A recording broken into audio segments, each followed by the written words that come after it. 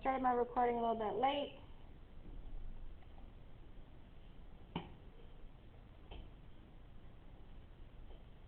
And I think we need to add something up here. I'm going to put this in parentheses.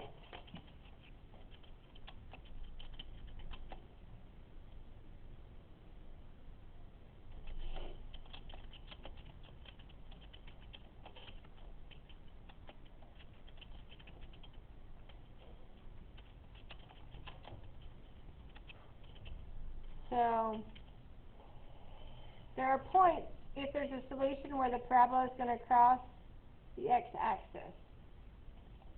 If there's a solution, that's where they're going to cross. There's only the x-coordinates of those points. We're going to put that in parentheses right here above what we just wrote.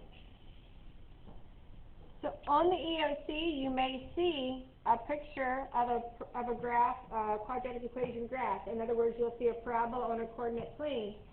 And they may ask you, what is the solution of that? All you have to do is see where that parabola crosses the x-axis and give the x values of those points. So if it crosses at 3, 0, you'd say 3 is one of the solutions. If it crosses at 3, 0, and negative 3, 0, the solutions are negative 3 and 3. Does that make sense? Mm. But if it doesn't cross the x-axis, so sometimes the vertex is going to be above the x-axis, and it's going to open up. That means it's never going to get down to the x-axis, right? Does that make sense? Yeah. Will it never have like 3 just regular numbers, no zeros? No. No. So the solutions are always the x-coordinates of, I've lost my board.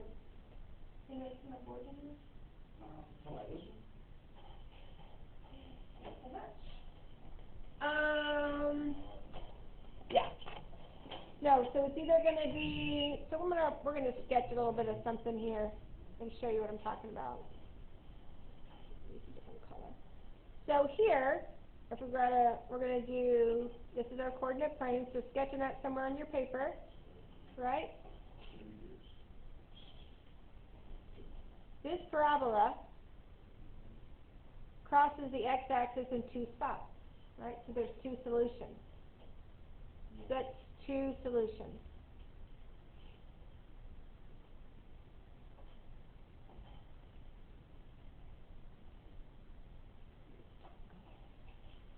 So this parabola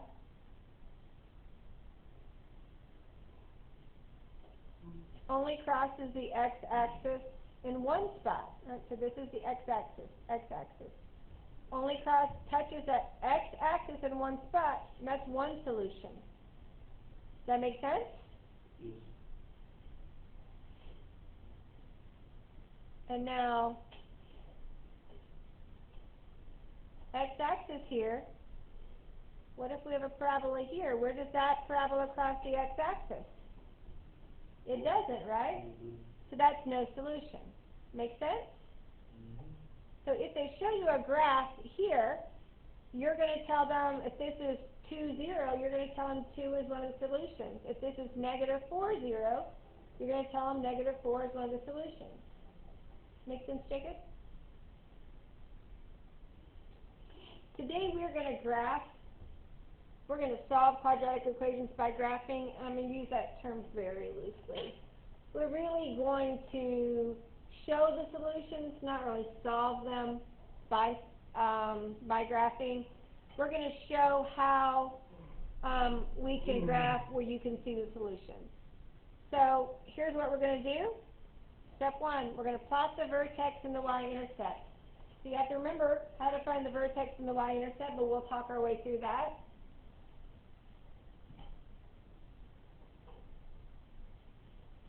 Remember, then we're going to sketch the axis of symmetry. This is stuff we already know how to do. Actually, all of this we know how to do. We're going to find the zeros by using the square root. So remember, the zeros are just solutions. So these are the solutions. So zeros are solutions.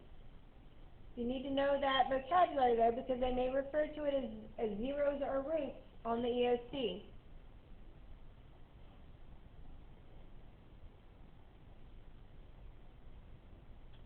and we're going to plot the zeros. So we're going to plot basically the solutions on the x-axis. So let's write on the x-axis.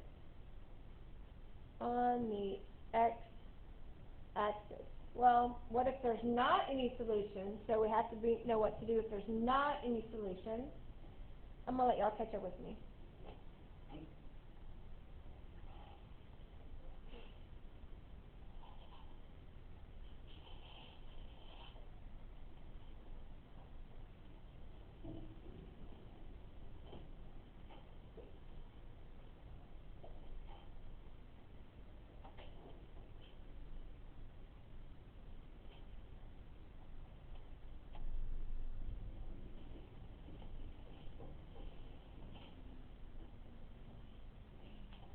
So this is if there's a solution. So what if there's not a solution?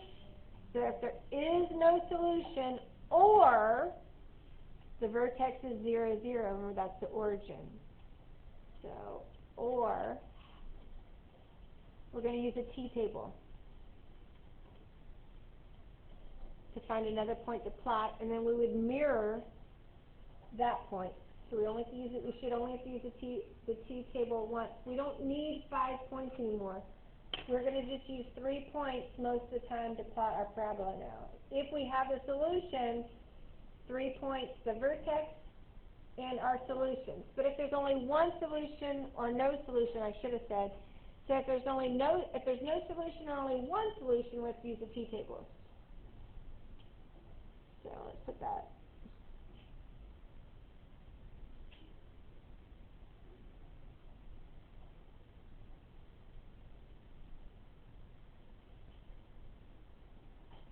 We also have to use a t-table if there's only one solution.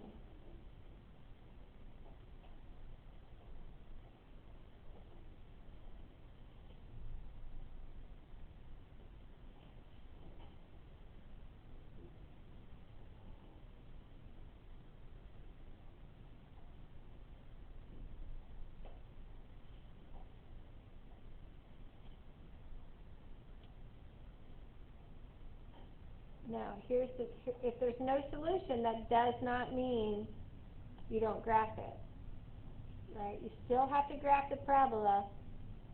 And 6 is sketch the parabola. I forgot to put that.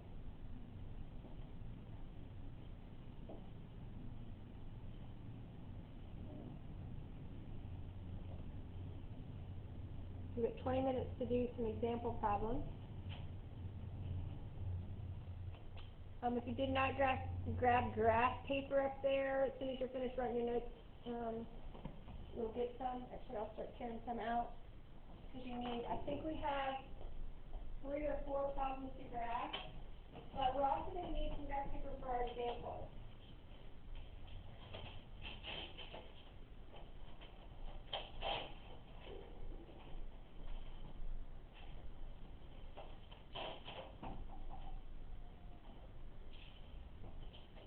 Probably you can use one side for notes and one side for homework.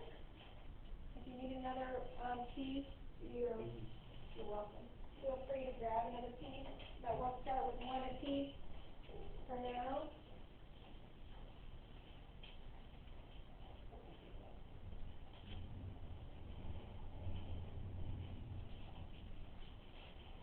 So my plan is to use our odd problems for some of our examples.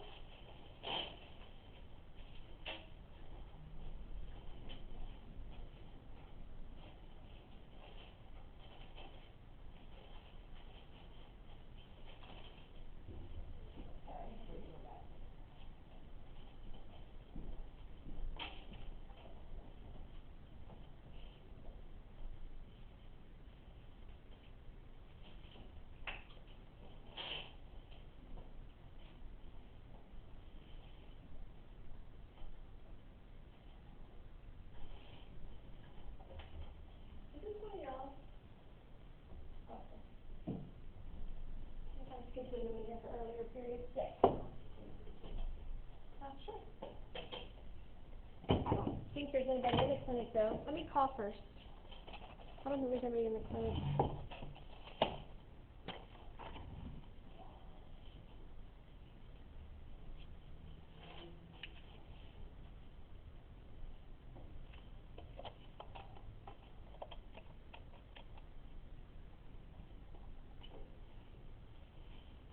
You guys caught up with me?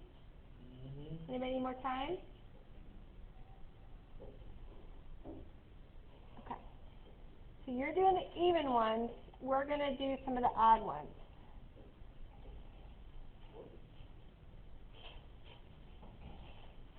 This is number 1. This is number 0.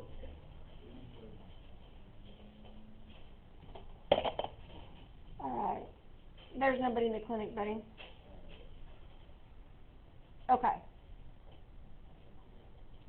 So the first thing we're going to do is we are going to find our vertex and our y-intercept. So this is in the form where we can do that. So basically what we're doing is we're finding our A, B, and our C. We're going to plug it into our axis of symmetry.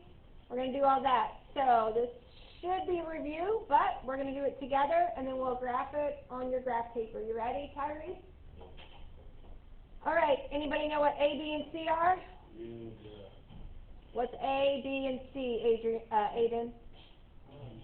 A is 1, and B is negative 16, and C is 0. Okay, opposite. B is 0, C is negative 16. So C, the constant, is always a number with no variable, right? C is also our y-intercept. So now we're going to, now we're going to find our axis of symmetry, right? So that's x equals the opposite of b divided by 2a. So x equals the opposite of 0 divided by 2 times 1, and it's already, we know it's 0. The axis of symmetry is the y-axis, and I'm going to show you what it means. So that's our axis of symmetry.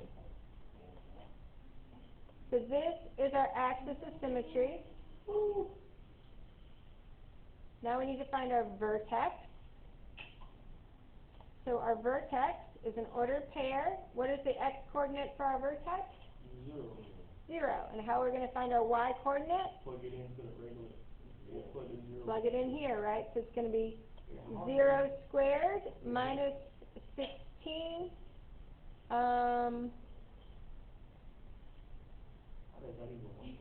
Okay, so this is the part we didn't talk about, right?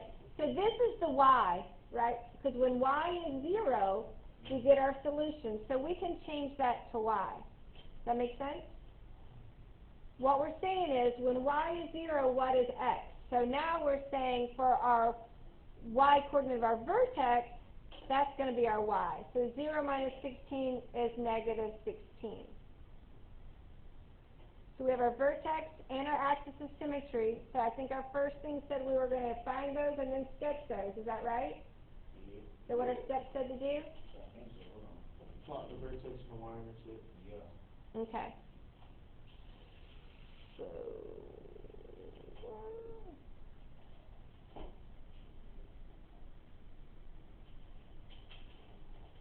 So now we need a vertex that has a y-intercept of what? What's our y-intercept? Negative 16. That's right. We didn't talk about it, but that's it, right? C is our y-intercept. So we need a coordinate plane drawn on our graph paper where we can go down 16. So that's a big one.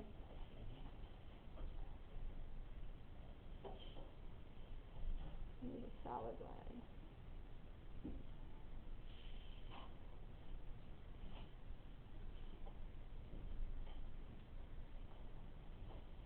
So I don't know if you can see mine. Mine's kind of light there, but I've got a lot more below my x-axis than above it. So that's my x-axis. That's my y-axis. My y-intercept is negative 16. 1, 2, 3.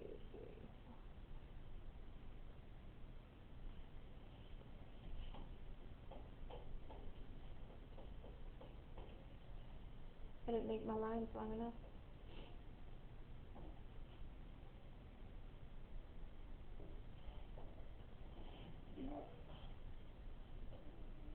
Got to keep going. So that is my y-intercept.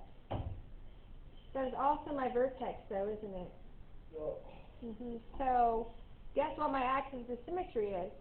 It is the y-axis. When we don't have that middle term, our vertex and our y-intercept are going to be the same, I think all the time. So now we've got to use, what does our next step say to do? Sketch the axis of symmetry. Alright, so let's sketch the axis of symmetry. Yeah. I want to make sure you guys understand that the axis of symmetry is actually the y-axis in this case.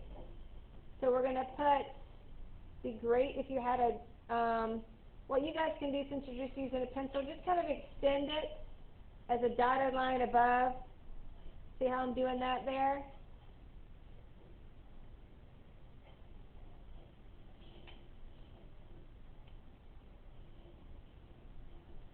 So you're going to make a dotted line above and a dotted line below to indicate that that is our axis of symmetry.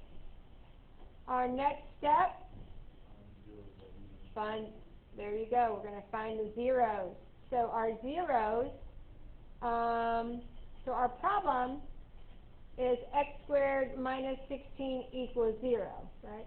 We're going to add 16 to both sides.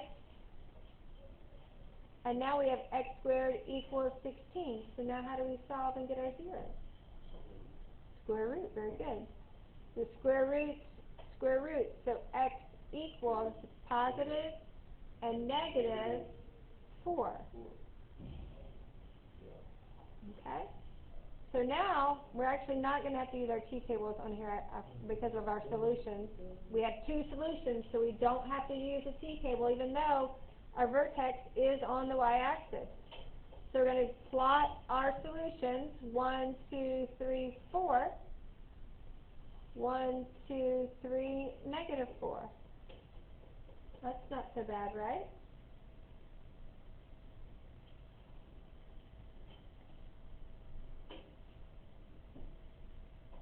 And now all we're doing is sketching the parabola. So remember, it's not supposed to be a V, so when you do this, kind of try to make it look rounded. So don't go straight up from here, kind of round it out a little bit. What do you think? Hard? Nah. Yeah. Yeah. So we're doing this stuff that we already know how to do, or in theory know how to do. It's like cutting it down though. It is. It's like less steps or something. There you go. If you have the solutions, there's less steps. We're not really solving them by graphing. We are graphing them and illustrating, showing where the solutions are. This parabola, if we were to see this in the EOC and we did not graph it ourselves, we could say, oh, the solutions are negative 4 and 4. That's one of the things we're learning. Yeah. That's one of the things we're learning by graphing these is how to recognize the solutions when a parabola is graphed for us. All right. Y'all caught up with me?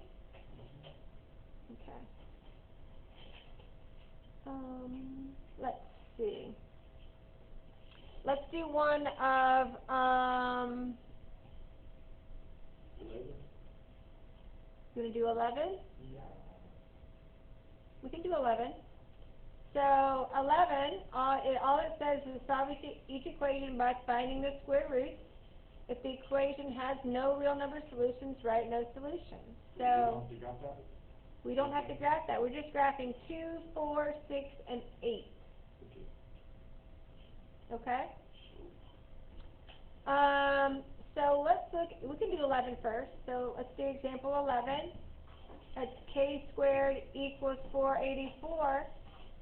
These are already on opposite sides. This is a squared k. So to get k by itself, we do what, DePaul?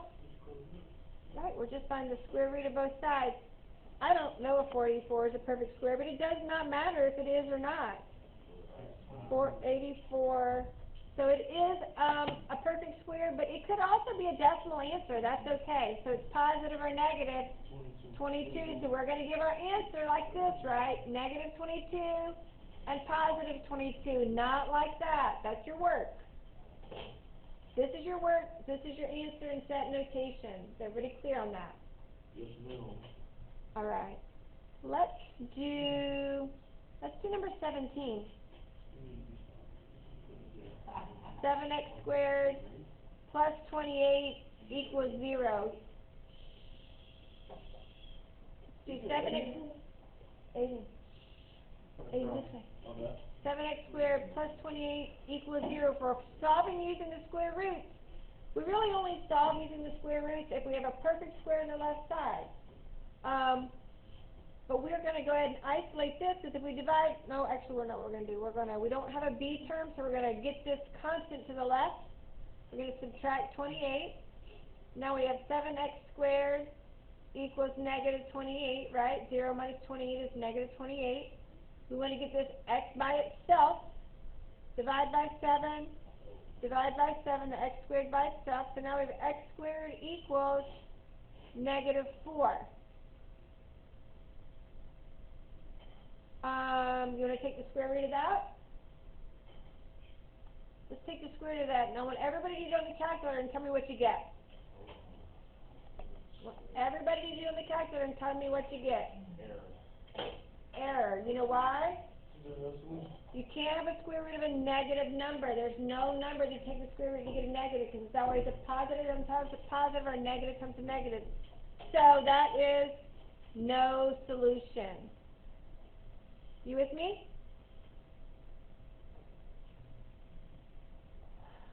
Your assignment is all the even ones, but I'm going to do number 24 with you. But number 24 is part of your homework, so you're going to write this one on your homework sheet. Is everybody clear on that?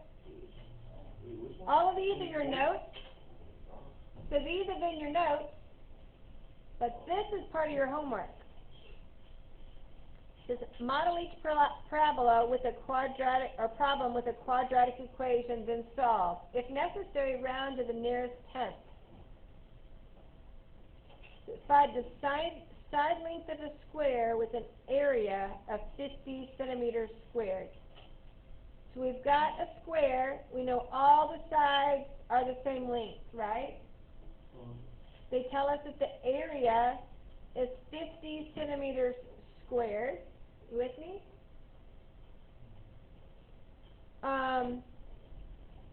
The formula for the area of a square is area equals the side squared. So if I know the area, I can just plug that in for the A. So 50 equals the side squared. That's a quadratic equation. Remember, quadratic equation is an equation with an exponent of 2 on the variable. Right? So we've written our quadratic equation. How do we solve that? How do we find the side length? Square root. Square root, square root. And we're going to use a decimal answer, because that's typically how you would answer a length question. Is that an X or a 5? That's the X, right? The side. This is the side, 4 side lengths. The square, all 4 sides are the same length. So if you put 50 square root of X, you're going to get 7.07. Let's round to the hundredth place. So we know our side length is 7.0 centimeters, not centimeters squared, right? Only area is centimeters squared. The side lengths are just centimeters. Oh. That's pretty easy. Pretty easy. So you have, I think, 12 problems. Some of them are super easy. You should have an example of what looks like most of them. Remember, before you take the square root, typically you want to get the variable squared by itself, so divide the coefficient away. Have a great long weekend.